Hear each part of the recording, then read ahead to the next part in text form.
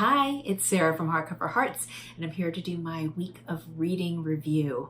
I hope you had a fantastic week. I know I did, and really happy with my reading this week, which is great. It's a nice change from the things that I've said before. So let's get to it. The first book I read was Snobbery with Violence by MC Beaton. She's a very prolific writer in the cozy mystery genre. This one was an Edwardian murder mystery set off in London and the country, in country estates.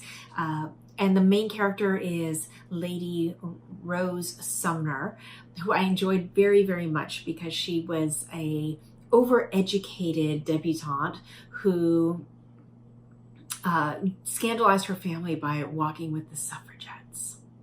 Scandal. So I was immediately drawn in by her character and wanted to see what happened and prayed that she wasn't the one who was being murdered. And luckily, no spoilers, but she was not. But she gets involved and tries to solve some mysteries of some things that are happening. And so it was a fun romp if you like Edwardian time period, if you like high society and those types of mystery books. This might be a good fit for you. I don't know if I'll continue to read the series. We'll see. I think I would pick it up if I saw it on the library and I was in a mood to just grab it. But I don't think I'll go out of my way to hunt it out. I'll put it that way. The next book I read was phenomenal. The Housekeeper and the Professor by Yoko Ogawa. So this one, what was so interesting was that I had just seen it in a discount deal, like ebook deal email that they had received. And then later that afternoon, I saw that there was a review from Sean the Bookmaniac talking about how much he loved it. And since I've been wanting to jump into Asian Readathon for this month, I'll link the review and the Asian Readathon information below. I thought that would be a perfect way for me to do that. And Sean was just raving about the book, and he has really good taste, so I thought I would check it out. And he was not wrong. This was a beautiful, beautiful story. The setup is that there is a single mother in Japan who is asked to go start a new assignment for this man, and they've gotten rid of many housekeepers. They don't last very long, so she's not really sure what's going on there. When she arrives, she's told by his sister-in-law that he has been in an accident many years ago. He has lost his short-term memory. He doesn't remember anything past the accident and only retains memories for the last 80 minutes. And so it's an interesting setup for a new employment situation. Interesting setup for the story. But what I think elevates the story and takes it to a different height is the fact that the gentleman is a professor of mathematics, and prime numbers are his specialty. And he just has such a love of it. It is the driving force of his life, and that's what allows him to connect to people. Is helping them understand numbers and his connection with numbers that are important to them. Sounds very strange, but it ends up being very elegant and beautiful. And how he shares his love of numbers and his loves of equations and mathematics with her and her young son that he befriends. So really lovely, beautiful story. I gave it my very rare 5 stars, which means that I would read it again. So I highly recommend The Housekeeper and the Professor if you want to jump into something for Asian Readathon. If you like beautiful stories about people and connections of different people in the world, I think this would be a great one for you. And then the third one that I finished this week was Outside Looking In by TC Boyle. TC Boyle is another prolific writer. He writes a ton of books. It seems like he's always publishing something. The last book I read from him was The Women, which was about the women surrounding Frank Lloyd Wright, who kind of had a cult of personality surrounding him and his apprentices and a lot of the women in his life. There was some polyamory and and the like at a time when that was really unheard of and unknown, and something very traumatic happened true in real life to him. So that's a story kind of fictionalizing all of that. This story, Outside Looking In, is looking at LSD and the advent of LSD at Harvard, and we look at Timothy Leary and all of the people that were surrounding him as he's starting to try to experiment with LSD and trying to do this psychedelic breakthrough from a scientific perspective, and how that kind of spun out. What drew me to this was that I know that Ram Dass was one of his partners in this and in the study, and Ram Dass does appear in the book, but there's never that connection made that who he eventually turns out to be, which is really this beloved Buddhist teacher.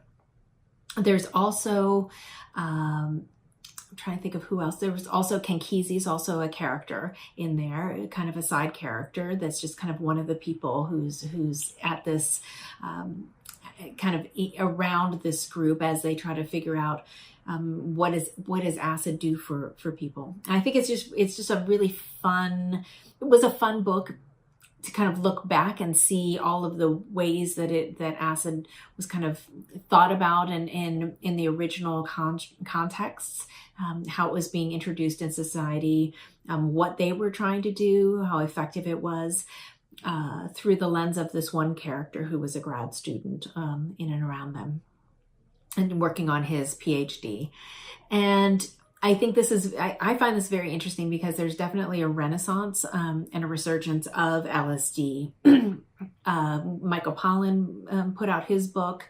I think Michael Chabon's wife put out a book about microdosing.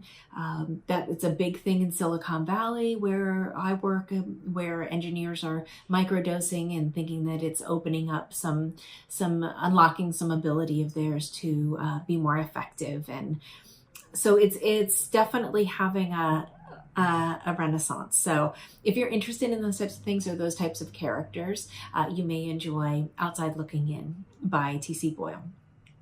Then let's talk about what I'm continuing to read. So I'm still reading the Adrienne Rich collection of essential essays. This one I'm going to be reading for a good while. This is a really heavy, it's a thick tome, and the material is really interesting. And so I just want to take my time with it. So expect to see this one around for a while. I'm also continuing to read Heavy. This is an American memoir by Kesey Lehman. And this is just really emotionally challenging to read.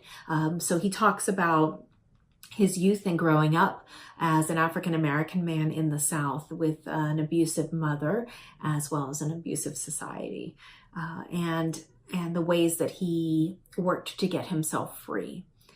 Really beautiful, but heavy is an incredibly powerful word to use here, because he talks about weight and about how he used his weight and what it meant to him. And so this isn't just heavy material, it's also about the physicality of living in a heavy body, which is interesting for a man to talk about, quite frankly.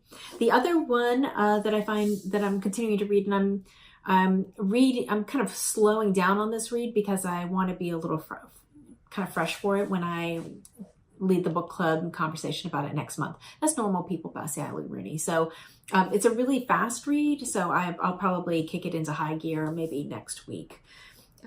But those are still in play. And then I'm going to introduce this new segment called Mood Reading Roulette. So I am a mood reader. I don't create a TBR. I may grab some things like, oh, maybe I'll be interested in these, but everything is up for fair game. So I could read these or maybe not. I don't know. I tend to be kind of lawless with my reading lists.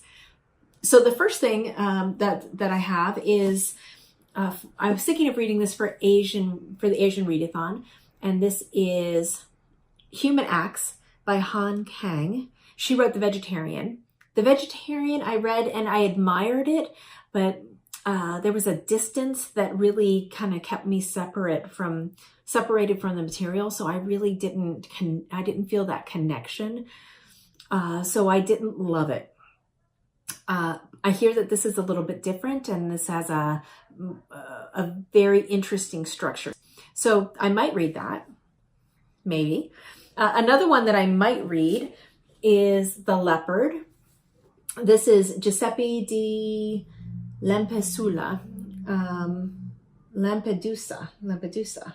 And this is, I've always heard of this as a classic, which is a classic Italian novel. This is supposed to be wonderful. It's set in Sicily and the dying aristocracy. So clearly I've got a thing for the aristocracy. So I might try to fit this in before we go to Italy this summer. And this is a brand new book that I just got at a used bookstore. It hasn't even been cracked. So that's always fun when you get to be the first one to do that. The next book that I have is Satipur Moonstone by Sujata Macy. And she did a lovely book, her first of this series, The Widows of Malabar Hill, I think is what that book was. That I adored that book. Thought it was lovely, and really was excited for this one. So I was on the hold list, and the moment it was released, I think it was just released this Tuesday, my hold came in. So very excited to jump on that. I'm probably going to start that tonight. Another one that I'm excited that I could try, I don't know, we'll see, is Murder by the Book. Look at that foil. I just love that. And this is I mentioned that I read a lot of Victorian era books. This is set in the Victorian era, and it has Dickens and Thackeray as figures in the actual story itself. I just love, it's got really great visuals. I got this at Libraria when I was in London, and it just looked fun. So I might grab this, or who knows how successful I'll be this weekend. Spring just released by Ali Smith, and it just came in for my book hold. So I have 2 book holds that are pressing, and then I have these books here. So I don't know what I might read them all. I might read some. I might pick something entirely different. Well, you'll have to tune in next week to see what I actually did read. But this weekend is supposed to be horrid. There's supposed to be some horrible monsoony weather pattern coming in, and it's supposed to rain the entire weekend. So I'll probably have a ton of time to read, as well as doing all the millions of tag videos that I've been blessed to have my name associated with. So I'm going to do a lot of reading and a lot of videos this weekend. So be on the lookout for that. And I hope you have a great weekend reading. And let me know if you've read any of these, and especially of my Mood Reading Roulette. Let me know if any of those should be bumped up higher in the list. That's it. Thank you so much, and I'll talk to you later. Bye.